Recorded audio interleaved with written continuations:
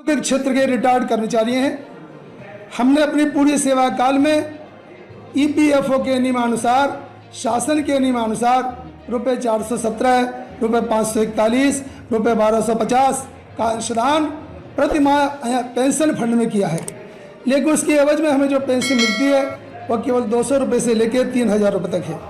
इतने कम पेंशन में हम अपना जीवन यापन कैसे करें? इसी समस्या को लेकर हमारे राष्ट्रीय अध्यक्ष माननीय कमांडर अशोक जी राउत ने पूरे देश का दौरा किया, 27 राज्यों में पेंशनर्स को जोड़ा और अपनी मांग को सरकार तक पहुंचाने का प्रयत्न किया। यह हमारा परम सौभाग्य था कि माननीय सांसद हेमा मालिनी जी के माध्यम से 2 बार प्रधानमंत्री जी ने हमें मुलाकात दी।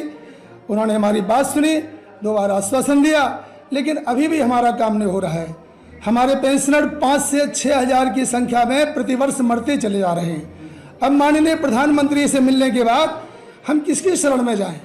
इसीलिए हम अपनी आवाज़ को पहुंचाने की कोशिश कर रहे हैं कि सरकार जागरूक हो, क्योंकि हमारे भाई अब जो है अपना आपा भी खोने को तैयार हैं। वो कुछ भी करने के लिए तैयार हैं, मर मिटने को भी तैयार हैं।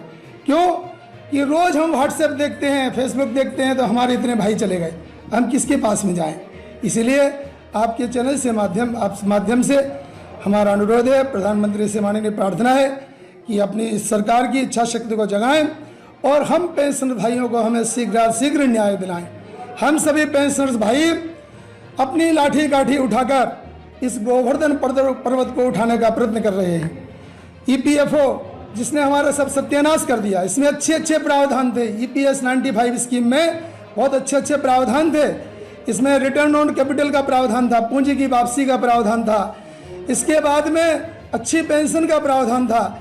ये सब अच्छे प्रावधान इस ईपीएफओ ने समाप्त कर दिए हैं और हम लोगों को ऐसे स्कीम का ही सत्यानाश कर दिया है। हम गोवर्धन उठा रहे हैं। हम प्रार्थना करते हैं कि हमारे प्रधानमंत्री हमारे श्री कृष्ण भगवान बने और हमारी रक्षा करके हमें न्याय प्रदान करें।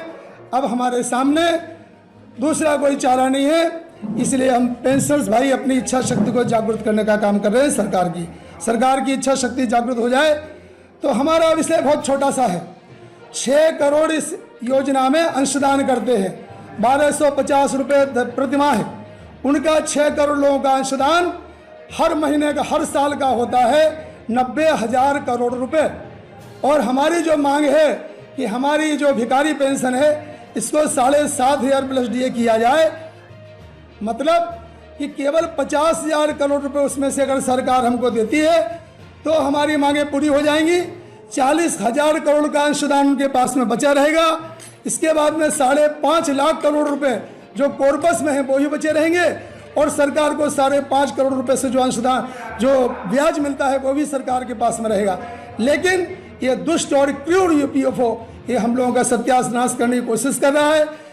उच्च पेंशन के बारे में सुप्रीम कोर्ट के न्याय के अनुसार भी और ईपीएफओ के खुद के सर्कुलर के अनुसार भी हमको उच्च पेंशन की सुविधा जो है ईपीएफओ नहीं दे रहा है, उससे हमें वंचित कर दिया गया है।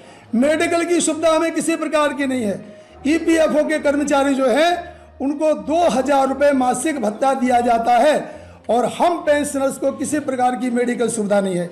इसलिए हम प्रार्थना करते हैं आपके चैनल के माध्यम से कि हमारे वृद्ध पेंशनर्स की मांग को माननीय प्रधानमंत्री जी तक पहुँचाएँ, सरकार तक पहुँचाएँ।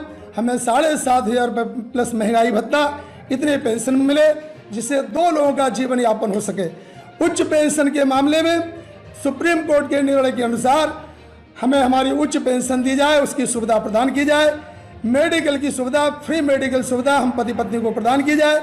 और जो भाई ईपीएस 95 स्कीम में उनकी सरकार की गलतियों से, ईपीएफओ की गलती से जो नहीं जोड़े गए हैं उनको इस स्कीम में जोड़ा जाए।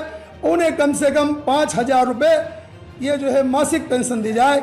इसी भावनाओं के साथ में आपके चैनल को धन्यवाद देते हैं और हमारी वृद्ध पेंशनर्स की मांगों को आप सरकार तक पहुंचाएं और यही प्रार्थना है आपसे। धन्यवाद सर। मैं वीरेंद्र सिंह, राष्ट्रीय संघर्ष समिति का, नेशनल एजुकेशन कमेटी का राष्ट्रीय महासचिव हूँ। तो आज क्या कार्यक्रम है? आज हम लोग यहाँ बरेली के अंदर हमारे मंडल की मीटिंग कर रहे हैं, सभा कर रहे हैं। इस सभा के माध्यम से माननीय प्रधानमंत्री जी को हम ये संदेश पहुंचाना चाहते हैं कि उन्होंने 2 बार हमें आशीर्वाद देकर हमारी बात सुनी, उन्हें आश्वासन दिया था कि हम आपका काम करेंगे, लेकिन दिन प्रतिदिन हमारे लोग मरते चले जा रहे हैं। इसलिए इस सभा के माध्यम से सरकार की इच्छा शक्ति जगे और हमारे भाइयों का काम हो। हम सभी औद्योगिक क्षेत्र के रिटायर्ड कर्मचारी हैं। हमने अपने पूरी सेवा काल में 417 रुपये, 541, 1250 पूरे जीवन भर सेवा काल में अंशदान किया है, लेकिन उसके एवज में हमें जो पेंशन मिलती